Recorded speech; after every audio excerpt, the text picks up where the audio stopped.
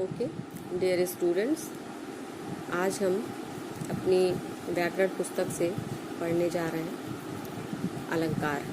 ठीक है, part 16 page number 187 पे ये दिया हुआ है अलंकार। अलंकार यानी कि ऑर्नामेंट है ना। ज्वेलरी को वैसे अलंकार कहते हैं, और ज्वेलरी हम क्यों पहनते हैं या ऑर्नामेंट्स का यूज़ जो है वो क्यों किया जाता है? खूबसूरती को बढ़ाने के लिए, सौंदर्य को बढ़ाने के लिए, ठीक है, ऑर्नामेंट्स का प्रयोग किया जाता है ना। तो अब यहाँ पे व्याकरण में हम अलंकार क्यों पढ़ रहे हैं? व्याकरण में अलंकार का तात्पर्य क्या है? व्याकरण में भी अलंकार का तात्पर्य सौंदर्य को बढ़ाने से है, लेकिन यहाँ स्त्री के सौंदर्य को बढ़ाने की बात नहीं हो रही है। यहाँ भाषा के सौंदर्य को बढ़ाने की बात हो रही है। और वो कैसे होता है? देखो बेटा, सुंदरता बहुत मायने रखती है ना। कोई भी चीज़ खूबसूरत अच्छी लगती है, सबको अच्छी लगती है। ठीक है, अब देखिए, जैसे चित्रकार चित्र बनाता है तो उसको ज़्यादा से ज़्यादा खूबसूरत बनाने के लिए क्या करता है? विभिन्न प्रकार के तरह तरह के रंगों का प्रयोग करता है अपनी चित्रकारी में, हैं। और जो संगीतकार होते हैं वो अपने संगीत को अच्छा बनाने के लिए इंस्ट्रूमेंट को और अच्छी तरह से बजाते हैं, ज़्यादा से ज़्यादा इंस्ट्रूमेंट्स का प्रयोग करते हैं। इसी तरह से जो सिंगर होता है, जो गायक होता है, वो सुरों का खूबसूरत प्रयोग करता है। ठीक है, तो व्याकरण में हम अलंकार पढ़ रहे हैं, तो यहाँ पे क्या होता है? भाषा में कविताओं को सुंदर बनाने के लिए, कविताओं के सौंदर्य को बढ़ाने के लिए वर्णों, शब्दों अथवा विशेष अर्थ द्वारा सुंदरता का पुट डालने का प्रयास किया जाता है ना। इसी को व्याकरण की भाषा में अलंकार कहते हैं। ठीक है, अलंकार किसको कहते हैं व्याकरण की भाषा में? कविताओं को सुंदर बनाने के लिए जो तरह तरह के शब्दों का प्रयोग किया जाता है, उनके अर्थों का प्रयोग किया जाता है, उसी को अलंकार कहा जाता है।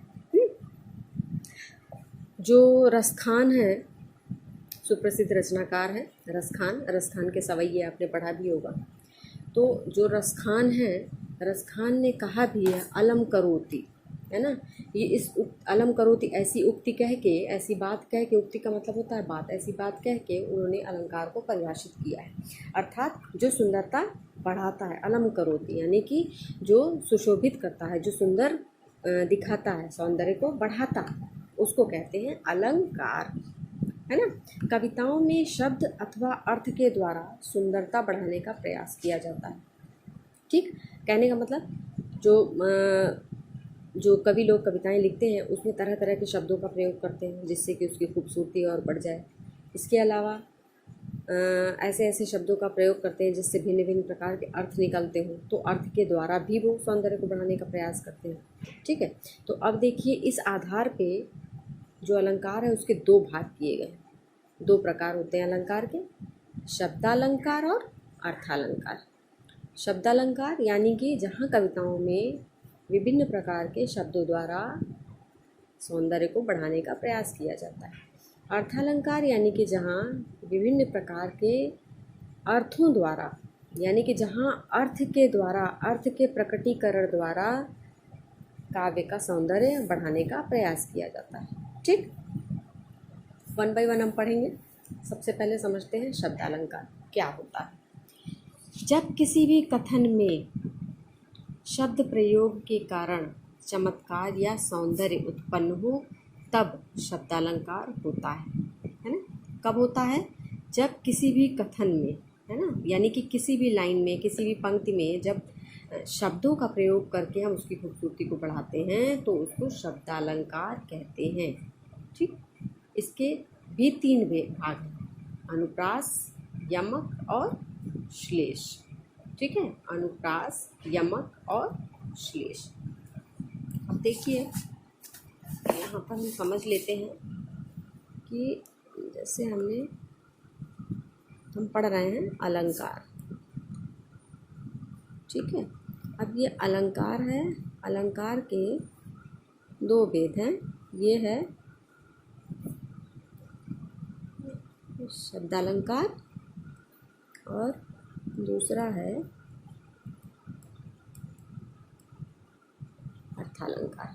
ठीक है, शब्दालंकार और अर्थालंकार। अब हम ये पढ़ रहे हैं, शब्दालंकार को पढ़ रहे हैं, पहले वाले प्रकार को। तो इसके भी प्रकार हैं, और इसके कितने प्रकार हैं? तीन। कौन कौन से? अनुप्रास, यमक, श्लेष, ये 3 इसके प्रकार हैं। जब हम इस पे आएंगे तो इसका भी प्रकार मैं आपको बताऊंगी। ओके, तो अब देखिए समझते हैं। सबसे पहले अनुप्रास अलंकार क्या होता है। एक वर्ण की आवृत्ति, वर्ण ध्यान रखिएगा, वर्ण यानी कि अक्षर, जिसको इंग्लिश में आप लेटर बोलते हैं, है ना। एक वर्ण की आवृत्ति, आवृत्ति का मतलब होता है दोहराना, रिपीट करना। ओके, एक वर्ण यानी कि एक ही अक्षर की आवृत्ति के कारण चमत्कार उत्पन्न होना, यानी कि जब सौंदर्य को बढ़ाने के लिए जो रचनाकार होते हैं, जो कवि होते हैं, वो अपने काव्य में काव्य की खूबसूरती को बढ़ाने के लिए क्या करते हैं, एक ही अक्षर को बार बार रिपीट करते हैं, तब वहाँ पे अनुप्रास अलंकार होता है। जैसे तरनी तनुजा तट तमाल तरुवर बहु छाए। अब इसमें देखिए त की आवृत्ति हो रही, त त त त त, ठीक, त की आवृत्ति हो रही, यानी कि त वर्ण को बार बार रिपीट किया जा रहा है। तो इससे बोलने में, पढ़ने में कितना खूबसूरत लग रहा है, तरनी तनुजा तट तमाल तरुवर बहु छाए। ठीक है, इसी तरह से दूसरा है चारु चंद्र की चंचल किरणें खेल रही हैं जल थल में। चारु चंद्र की चंचल, च की आवृत्ति हो रही है ना, ठीक है। तो इस आवृत्ति के द्वारा यहाँ पे हम क्या कर रहे हैं, जो कविता की पंक्तियाँ हैं उसको खूबसूरत बनाया जा रहा, सुंदर बनाया जा रहा। एक दो एग्जाम्पल मैंने आपके लिए लिखा है और भी। मुदित महापति मंदिर आए, देखिए म की आवृत्ति हो रही है, ठीक। मधुर मधुर मुस्कान मनोहर मनुज वेश का उजियाला, म की आवृत्ति, देख रहे हैं। तो आवृत्ति का मतलब होता है दोहराना। जब एक ही अक्षर बार बार हर पंक्ति में रिपीट होता है, दोहराया जाता है, तो वहाँ पे अनुप्रास अलंकार होता है, ठीक है। अब देखिए 2 एग्जाम्पल और दिए हैं, इसको भी समझ लीजिए। कल कानन कुंडल मोर पखा उर्पे बनमाल विराजती है ना। यहाँ पे क की आवृत्ति देखिए, इसमें देखिए यहाँ ब की भी आवृत्ति है। सुरभित सुंदर सुखद सुमन तुम पर खिलते हैं, यहाँ स पे छोटे ऊ की मात्रा सब जगह देखिए, है ना। 1 2 3 4, ये चारों शब्दों में स पे छोटे ऊ की मात्रा, इसको बार बार दोहराया गया। तो ये ऐसा क्यों किया गया, लिखते समय इस बात का ध्यान रखा जाता है कि उसकी सुंदरता को बढ़ाने के लिए क्या किया जा सकता है ना। तो अनुप्रास अलंकार में आप ध्यान रखिएगा, अनुप्रास अलंकार में एक ही अक्षर बार बार दोहराया जाता है, 2 बार 3 बार 4 बार 5 बार भी हो सकता है, ठीक है। तो वो होता है अनुप्रास अलंकार, इसको पहचानना आसान होगा, कोई मुश्किल नहीं होगा। ओके, अब देखिए दूसरा यमक अलंकार। यमक क्या होता है, यमक का मतलब होता है जोड़ा, यानी कि पेयर। जब एक ही शब्द, यहाँ वर्ण की बात नहीं हो रही है, हमने अनुप्रास में देखा है वर्ण की आवृत्ति होती है, यानी कि किसी अक्षर को बार बार रिपीट किया जाता है, लेटर को बार बार रिपीट किया जाता है। लेकिन यमक अलंकार में एक ही शब्द एक से ज़्यादा बार आता है, लेकिन उनके अर्थ अलग अलग होते हैं। जैसे जब कोई शब्द 2 या 2 से अधिक बार आए परंतु हर बार अर्थ अलग अलग हो जाए, यही मैंने बताया ना। एक ही शब्द 2 बार आता है और उसकी मीनिंग बिल्कुल डिफरेंट होती है, तो वहाँ पे यमक अलंकार होता है, ठीक। यहाँ शब्दों की आवृत्ति होती है, यहाँ अक्षरों की आवृत्ति होती है, यहाँ वर्ड्स दोहराए जाते हैं, यहाँ लेटर्स दोहराए जाते हैं, ठीक। यहाँ अक्षर दोहराया जाता है, यहाँ शब्द दोहराया जाता है ना। देखिए काली घटा का घमंड घटा, क्या बोल रहा है, काली घटा का घमंड घटा। काली घटा, घटा शब्द 2 बार आया है। यहाँ जो पहले वाला शब्द है घटा, इसका मतलब है बादल, लेकिन दूसरे वाले घटा का मतलब है कम हो जाना। इसका मतलब बादल है और इसका मतलब कम हो जाना। अब ये देखिए, इसको पंक्ति को बोलने में भी ये कितना सुंदर लग रहा है और क्या कितनी ब्यूटीफुल मीनिंग भी निकल के आ रही है। काली घटा का घमंड घटा, ठीक है। तो यही है बेटा यमक अलंकार। जब हम एक ही शब्द को एक से अधिक बार दोहराते हैं और दोहराने के साथ ही उन दोनों का अर्थ भी डिफरेंट हो जाता है, बदल जाता है, दोनों का अर्थ अलग अलग होता है, वहाँ पे यमक अलंकार होता है, ध्यान रखिएगा। अनुप्रास अलंकार में अक्षर जो है बार बार दोहराए जाते हैं।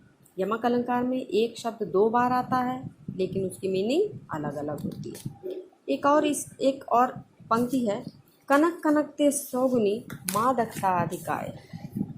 देखिए यहाँ दिया भी है, कनक कनकते सौगुनी माँ दक्षता अधिकाय, या खाए बौराए जग वा पाए बौराए। समझ रहे हैं? कनक का मतलब गेहूँ भी होता है, सोना भी होता है ना। तो अब यहाँ देखिए यहाँ पे क्या मतलब है धतूरा भी होता है। पहला कनक धतूरे के लिए है और दूसरा सोने के लिए, यानी पहले कनक का अर्थ है धतूरा, दूसरे कनक का अर्थ है सोना।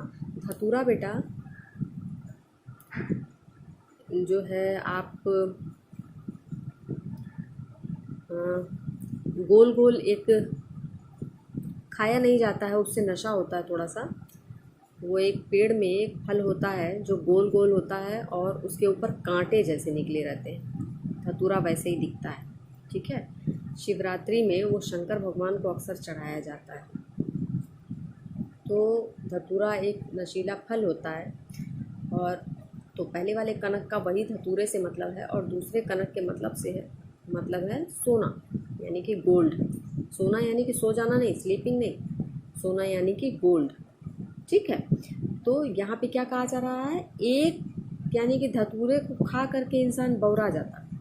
बौरा जाने का मतलब कि उसका दिमाग उसके वश में नहीं होता। और दूसरा कनक यानी कि सोना, जब उसको भी पा लेता है इंसान ना ज़रूरत से ज़्यादा, तो वो भी बौरा जाता है, यानी कि वो भी उसका भी दिमाग उसके वश में नहीं रहता है, यानी कि पागल सा हो जाता है इंसान। क्या होता है, अपने घमंड में पागल हो जाता है ना। जब ज़्यादा सोना पा जाता है कोई, तो वो देख करके पागल हो जाता है।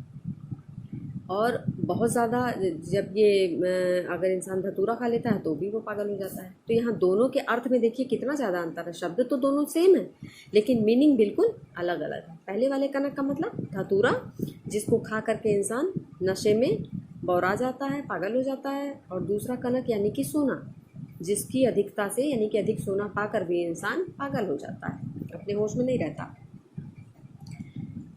अब देखिए एक और एग्जाम्पल, 3 बेर खाती थी वो 3 बेर खाती हैं। 3 बेर खाती थी वे 3 बेर खा। यहाँ देखिए बेर यानी कि बार, मतलब होता है बार से, कहते नहीं हम लोग बार बार कहते हैं ना, वो वाला बार। यानी कि बेर का मतलब फल भी है और बेर का मतलब समय भी है।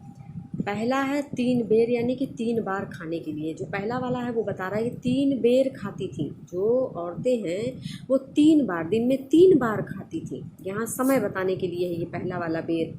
और दूसरी लाइन में जो बेर है वे 3 बेर खाती हैं। यहाँ पे मतलब है कि वो 3 बेर यानी कि सिर्फ संख्या में 3 बेर, यानी कि जो फल होता है ना, बेरीज, जिसको इंग्लिश में बेरी कहते हैं, उसको हिंदी में बेर कहते हैं। तो वे 3 बेर खाती हैं, यानी कि वो सिर्फ 3 ही बेर खाती हैं। और यहाँ मतलब है कि वो दिन में 3 बार खाना खाती थी, ठीक। तो पहले का मतलब है, पहले बेर का मतलब समय है और दूसरे बेर का मतलब फल। तो कितना अंतर है देखिए, एक ही शब्द 2 बार यूज़ हुआ है और दोनों का जो अर्थ का डिफरेंस है ना। तो ये शब्दों का चमत्कार है। देखिए हम शब्दालंकार पढ़ रहे हैं तो यहाँ शब्दों का चमत्कार हम देख रहे हैं, है ना। अब देखिए और एग्जाम्पल दिया है, माला फेरत जुग भया फिरा न मन का फेर, कर का मन का डारी दे मन का फेर। अब देखिए यहाँ मन का मतलब मोती भी है और मन का मतलब हृदय का है ना। यहाँ ये भी मन का है और ये भी मन का है। एक मन का मतलब है, एक मन का यानी कि मोती, और दूसरे मन का यानी कि वो लिखा अलग अलग गया है, लेकिन जब आप पढ़ेंगे झटके में तो मन का ही सुनाई देगा ना। तो मन का यानी कि हृदय का, मन यानी हृदय, ठीक। ये यहाँ पे भी देखिए 2 शब्द बिल्कुल सेम है लेकिन मीनिंग बिल्कुल डिफरेंट। एक और एग्जाम्पल देखिए मैंने लिखा है अलग, कहे कवि बेनी बेनी व्याल की चुराई लीनी। कहे कवि बेनी बेनी, देखिए बेनी बेनी ये 2 बार यूज़ हुआ है लेकिन दोनों के अर्थ में बहुत डिफरेंस है। पहली बेनी का मतलब है कवि बेनी प्रसाद, है ना, कवि हैं उनका नाम है बेनी प्रसाद, ठीक है, बेनी प्रसाद। और दूसरा वाला जो शब्द है बेनी, उसका अर्थ है चोटी। तो दोनों के अर्थ में देखिए कितना डिफरेंस है ना। एक का मतलब यहाँ नाम से है, कवि के नाम से है। कहे कवि बेनी, यानी कि कौन कह रहा है, कवि बेनी प्रसाद कह रहे हैं। और यहाँ का मतलब, यहाँ दूसरे वाले बेनी का मतलब हो गया चोटी, है ना। अब देखिए श्लेष अलंकार। श्लेष अर्थात चिपक जाना, है ना। जब एक ही शब्द में एक से ज़्यादा अर्थ चिपके रहते हैं, इसीलिए इसको श्लेष कहा जाता है। शब्द एक होगा लेकिन उसके दो दो अर्थ निकलेंगे। जहाँ एक ही शब्द में एक से अधिक अर्थ चिपके हों वहाँ श्लेष अलंकार होता है। ठीक, मैंने यही बताया है ना। इसमें शब्द एक ही बार प्रयुक्त होता है। यमक में एक ही शब्द दो बार प्रयुक्त होता है और दोनों की मीनिंग अलग अलग होती है। लेकिन श्लेष में शब्द एक ही रहेगा लेकिन उसके अर्थ दो रहेंगे। ये जस्ट अपोजिट है यमक अलंकार का। यहाँ शब्द एक ही रहेगा लेकिन उसकी मीनिंग एक से ज़्यादा निकलेगी। जैसे मंगन को देखी पट देत बार बार है। अब यहाँ देखिए पट का दो मतलब है, दरवाज़ा और कपड़ा। मंगन को देखी पट देत बार बार है। पट का मतलब यहाँ पे कपड़े से भी है और दरवाजे से भी है। वो कैसे? मंगन यानी भिखारी को देख करके स्त्री जो है वो दरवाज़ा बार बार बंद कर देती है।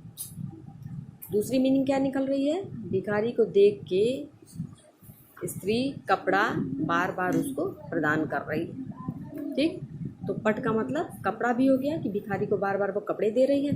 पट का मतलब दरवाज़ा भी हो गया कि वो मांगने वाले को यानी भिखारी को देख करके बार बार दरवाज़ा बंद कर दे रही है उसके मुंह पर। ठीक है, अब देखिए और मैं आपको और बताती हूँ। रहीमन पानी राखिए बिन पानी सब सून, पानी गए न उबरे मोती मानुष चून। यहाँ मोती, मनुष्य और चून यानी कि आटा, इसके लिए पानी का अलग अलग महत्व है ये बताया जा रहा है। यानी कि पानी की इम्पोर्टेंस मोती के लिए क्या है, मनुष्य के लिए क्या है और आटे के लिए क्या है, यानी कि चूने के लिए क्या है ये बताया जा रहा है। ठीक है, कैसे? यहाँ आटे से मतलब पाउडर से है, चूना एक तरह का पाउडर होता है ना। तो मोती के लिए चमक, मनुष्य के लिए इज्जत और चूने के लिए जल, है ना। यानी कि चूना किसी भी तरह का जो पाउडर होता है उसको गूंदने के लिए हमें जल की आवश्यकता होती है। मनुष्य के लिए यहाँ पानी शब्द का अर्थ इज्जत से है। कहते नहीं आँखों का पानी मर गया है क्या, यानी कि अपनी नज़रों में इज्जत नहीं बची है, इसका यही मतलब होता है ना। तो पानी शब्द को हम मनुष्य की इज्जत के लिए भी यूज़ करते हैं। और किसी तरह का पाउडर, चूना है, आटा है, उसको गूंदने के लिए जल की आवश्यकता होती है। ठीक, और यहाँ पे एक मोती के लिए पानी की क्या आवश्यकता बताई जा रही है कि उसकी शाइन के लिए, उसकी चमक बढ़ाने के लिए जल की आवश्यकता होती है। तो रहीमन पानी राखिए बिन पानी सब सून। तो रहीमदास जी कहते हैं कि बिना पानी के तो सब कुछ सूना है, सबका जीवन बेकार है। मनुष्य की नज़रों में अगर पानी नहीं है तो वो बिल्कुल बेइज्जत है, उसकी इज्जत कुछ भी नहीं है ना। पानी गए न उबरे मोती मानुष चून। अगर पानी नहीं है तो मोती में चमक नहीं होगी, मनुष्य की इज्जत नहीं है और चूने का भी जीवन यानी कि उसका जो महत्व है वो जल के बिना कुछ भी नहीं है। तो इस प्रकार से यहाँ श्लेष अलंकार है। यहाँ पे देखिए पानी शब्द एक ही बार यहाँ पे प्रयुक्त हुआ है। रहीमन पानी राखे बिन पानी सब सून। पानी पानी पानी है ना, यहाँ पे पानी का प्रयोग हो रहा है, लेकिन एक ही शब्द जो पानी है इसकी जो मीनिंग है मोती के लिए अलग है, मनुष्य के लिए अलग है और चूने के लिए अलग है। और एग्जाम्पल देख लीजिए आप। सीधी चलते राह जो रहते सदा निशंक, जो करते विप्लव उन्हें हरि का है आतंक। कहने का मतलब है सीधी चलते राह, जो सीधी राह चलते हैं वो निर्भय रहते हैं हमेशा, है ना। सीधी राह चलने का मतलब जो ईमानदारी से सच्चाई का पालन करते हैं वो निर्भय रहते हैं जीवन में। जो करते विप्लव, विप्लव का मतलब होता है उपद्रव, खुराफात, तमाम तरह की बदमाशियाँ। जो विप्लव करते हैं, जो उपद्रव करते रहते हैं, उन्हें हरि का है आतंक, उन्हें ईश्वर का आतंक यानी कि भय रहता है। अब देखिए यहाँ पे हरि का मतलब दो बार आता है, बंदर, और हरि का मतलब भगवान विष्णु से भी। हरि से मतलब यहाँ बंदर से भी है और हरि शब्द से, क्योंकि बंदर को भी हरि कहते हैं और भगवान विष्णु को तो हरि कहते ही हैं। तो यहाँ हरि शब्द का दो मतलब है, बंदर और भगवान। तो कहने का मतलब है कि सिर्फ एक हरि शब्द से ये दो अर्थ देने वाली ये दोनों पंक्तियाँ हो गई। जब आप सीधे राह चुपचाप अपने काम से काम रखते हुए चले जाएंगे ना, तो बंदर देख के भी आपका कुछ नहीं बिगाड़ेगा, है ना। लेकिन अगर आप खुराफात करिएगा रास्ते में, तो बंदर का आपको आतंक हो जाएगा, यानी कि बंदर फिर आपको छोड़ेगा नहीं। ठीक उसी तरह से भक्ति भाव में लिखा हुआ है कि जो ईमानदारी और सच्चाई के रास्ते पे चलते हैं उनको हरि यानी भगवान विष्णु का कोई भय नहीं होता है, क्योंकि भगवान तो उनके साथ होते हैं, उनके खिलाफ नहीं जाते कभी। लेकिन अगर कोई विप्लव करता है, जीवन में खुराफात करता है, तो उसको भगवान विष्णु छोड़ते भी नहीं। ठीक है, तो देखिए इसी दो पंक्ति में दो पंक्ति लिखी हुई हैं और इसमें एक शब्द हरि यूज़ हुआ है, लेकिन इस हरि शब्द का दो अलग अलग मतलब निकलने से इस पूरी पंक्ति के दो डिफरेंट अर्थ निकल जा रहे हैं। ये है श्लेष अलंकार। श्लेष अलंकार यानी कि जहाँ एक ही शब्द एक ही शब्द की एक से ज़्यादा मीनिंग हो जाती है। अब देखिए, सुब्रन को ढूंढत फिरत कवि व्यभिचारी चोर। यहाँ सुब्रन शब्द का मतलब यहाँ पे देखिए कवि के लिए अलग है, व्यभिचारी के लिए अलग है, चोर के लिए अलग। कवि के लिए सुंदर अक्षर, है ना। कवि जो है क्या करता है, सुब्रन यानी कि सुंदर अक्षर को ढूंढता है। व्यभिचारी के लिए सुंदर स्त्री, जो व्यभिचारी होता है यानी कि जो कैरेक्टरलेस होता है व्यक्ति, वो क्या करता है, वो क्यों ढूंढता है, वो ढूंढता है सुंदर स्त्री। यानी कि यहाँ व्यभिचारी यानी कि कैरेक्टरलेस व्यक्ति के लिए यहाँ सुब्रन का मतलब हो गया सुंदर स्त्री। और चोर के लिए हो गया सोना। सुब्रन का मतलब चोर के लिए हो गया सोना। तो यानी कि सुब्रन शब्द एक ही है, लेकिन इसके तीन अर्थ कैसे हो गए। कवि के लिए सुंदर अक्षर हो गया सुब्रन, व्यभिचारी के लिए सुंदर स्त्री हो गई सुब्रन, और चोर के लिए सुब्रन का अर्थ हो गया सोना। ठीक है, तो शब्द एक ही है सुब्रन, लेकिन इसके तीन डिफरेंट अर्थ निकल रहे हैं, अलग अलग अर्थ निकल रहे हैं भिन्न भिन्न। यही आपका श्लेष अलंकार है, जब एक ही शब्द में एक से ज़्यादा अर्थ चिपके होते हैं। अब देखिए दूसरा अर्थालंकार, है ना। अब अर्थालंकार के कितने प्रकार हैं, देखिए अर्थालंकार के प्रकार। सबसे पहले हम परिभाषा समझ लें कि जहाँ अर्थ के द्वारा काव्य में सौंदर्य को बढ़ाया जाता है, जहाँ चमत्कार या सौंदर्य अर्थ में निहित होता है, यानी कि अर्थ के अंदर जब सौंदर्य होता है, यानी कि सौंदर्य हम बढ़ाने का कार्य जब काव्य में जब हम शब्दों के अर्थों द्वारा करते हैं, सौंदर्य को बढ़ाते हैं, तो वहाँ पे अर्थालंकार होता है। और इसके भेद हैं, देखिए उपमा अलंकार, रूपक अलंकार, उत्प्रेक्षा अलंकार, अतिशयोक्ति अलंकार, है ना, और मानवीकरण। ठीक है, अतिशयोक्ति और मानवीकरण। तो देखिए यहाँ पर सबसे पहला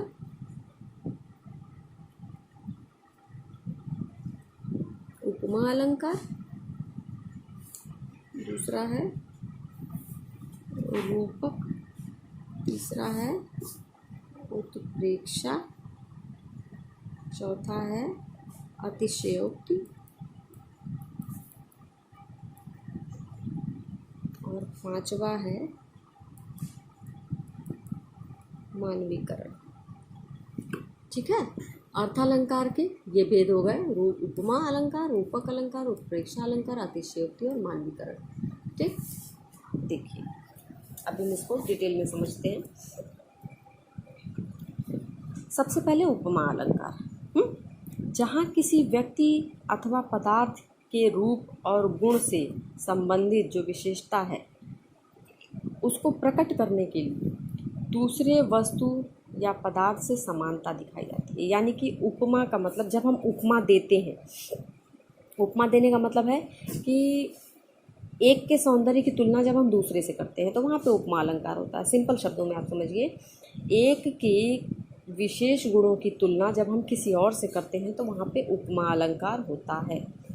अब देखिए उपमा अलंकार के 4 अंग बताए गए, ये अंग है, 4 अंग बताए गए हैं, इसको आप प्रकार मत समझिएगा। ठीक है, कौन कौन से, उपमेय, उपमान, साधारण धर्म और वाचक।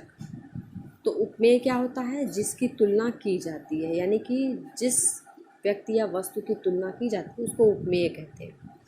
उपमान, जिससे तुलना की जाती है उपमान होता है। साधारण धर्म क्या होता है? जिस समान गुण के आधार पर, यानी कि किसी किसी विशेषता के आधार पे ही तो हम दो में तुलना करते हैं, वो साधारण धर्म होता है, वो विशेषता साधारण धर्म होती है। और वाचक क्या होता है? जो सादृश्यता बताता है, यानी कि जो कंपैरिजन दोनों की करता है, दोनों की तुलनात्मक अवस्था को रखता है, दोनों में तुलना करने के बीच में जो शब्द लगेगा वो वाचक कहलाता है। ठीक, अब देखिए कैसे, एग्जाम्पल समझ में आएगा। प्रात नभ था बहुत नीला शंख जैसे। प्रात नभ था बहुत नीला शंख जैसे। अब इस पंक्ति में प्रात नभ उपमेय है। उपमेय क्यों है? क्योंकि कहा जा रहा है जिसकी तुलना की जा रही है। यहाँ पे प्रात नभ था बहुत नीला शंख जैसे, यहाँ प्रात नभ उपमेय हो जाएगी क्योंकि इसकी तुलना की जा रही है। अब किससे तुलना की जा रही है? नीला शंख। अब नीला शंख क्या हो गया? उपमान हो गया। नीला शंख उपमान हो गया। ठीक, साधारण धर्म यानी कि जिस गुण के आधार पे दोनों में तुलना की जा रही है ना? तो किस गुण के आधार पे की जा रही है? नीला। ठीक है, नीला रंग, यानी कि प्रात नभ और शंख, इन दोनों का जो रंग है उसी की तुलना की जा रही है। तो ये जो नीला शब्द है वो क्या हो गया? साधारण धर्म हो गया। वाचक क्या हो गया? जैसे। यही तो तुलना बैठा रहा है ना दोनों में। प्रात नभ था बहुत नीला शंख जैसे। अब ये जैसे शब्द जो है इन दोनों में तुलना करवा रहा है, इसलिए ये हो गया वाचक। अंडरस्टूड? देखिए एक एग्जाम्पल मैंने लिखा है आपको थोड़ा और समझाने के लिए। सागर सा गंभीर हृदय हो, गिरि सा ऊंचा हो जिसका मन। सागर सा गंभीर हृदय हो, गिरि सा ऊंचा हो जिसका मन। ठीक है, तो सागर सा गंभीर हृदय हो, है ना? तुलना किसकी की जा रही है भाई? तुलना किसकी की जा रही है? यहाँ पर हृदय की तुलना की जा रही है। इस वाले पंक्ति को अगर हम देखें, सिर्फ इस पंक्ति को अगर देखिए तो यहाँ पे हृदय की तुलना की जा रही है। किससे की जा रही है हृदय की तुलना? सागर से, है ना? तो हृदय की तुलना की जा रही है, ये हो गया उपमेय हृदय। फिर सागर से तुलना की जा रही है, सागर आपका उपमान हो गया। ठीक, कौन से गुण की तुलना हो रही है? गंभीरता। गंभीरता आपका साधारण धर्म हो गया। ठीक, वाचक क्या है? सा, क्योंकि यही जो है सागर और हृदय के बीच में तुलना बैठा रहा है। ठीक है, दूसरी पंक्ति को भी देखिए। गिरि सा ऊंचा हो जिसका मन। तुलना किसकी हो रही है? मन की। मन हो गया आपका उपमेय। ठीक, उसके बाद किससे तुलना हो रही है मन की? गिरि यानी पर्वत से। गिरि हो गया।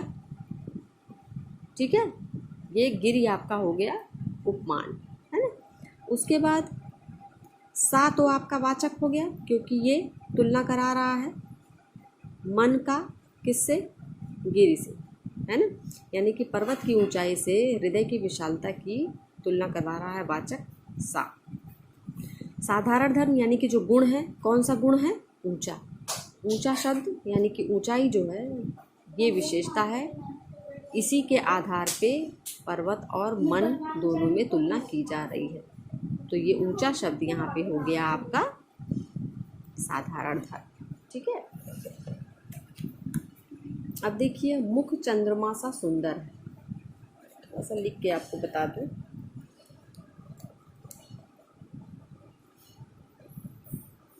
मुख चंद्रमा सा सुंदर है। ये पंक्ति है। अब इसमें तुलना किसकी की जा रही है? मुख की। तो मुख क्या हो गया आपका? मुख क्या हो गया? उपमेय हो गया ना? उपमेय हो गया ना, क्योंकि जिसकी तुलना की जाती है वो उपमेय होता है। किससे तुलना की जा रही है? चंद्रमा से। तो चंद्रमा क्या हो गया? उपमान हो गया। जिसकी तुलना होती है वो उपमेय कहलाता है। जिससे तुलना होती है वो उपमान कहलाता है। ठीक, साधारण धर्म क्या है इसमें, यानी कि चेहरे की तुलना जो चंद्रमा से की जा रही है वो किस किस बात की तुलना की जा रही है, दोनों के सुंदरता की। गुण क्या है, सुंदरता। तो साधारण धर्म जो हो गया वो सुंदर हो गया, सुंदर साधारण धर्म हो गया।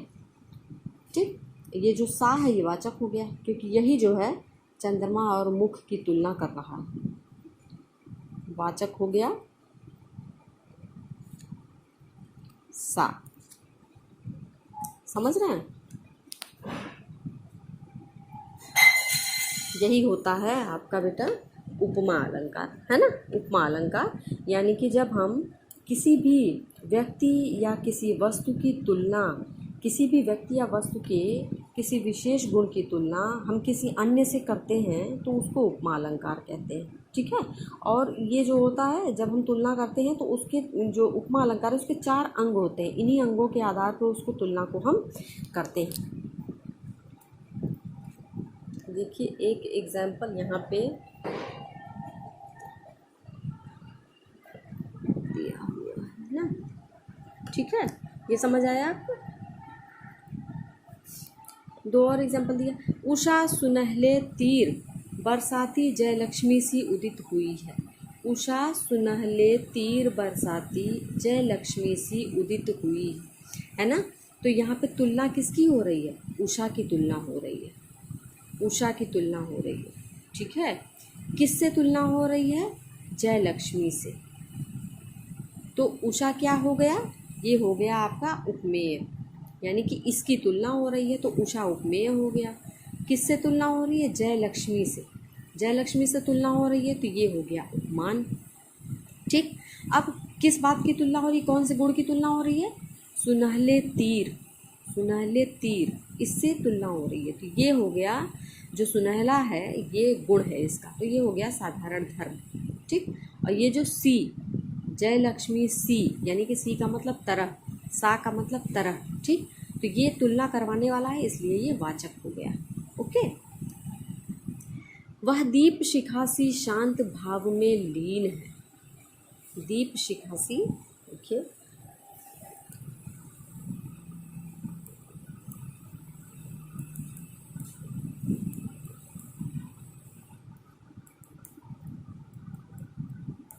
शांत भाव में लीन है।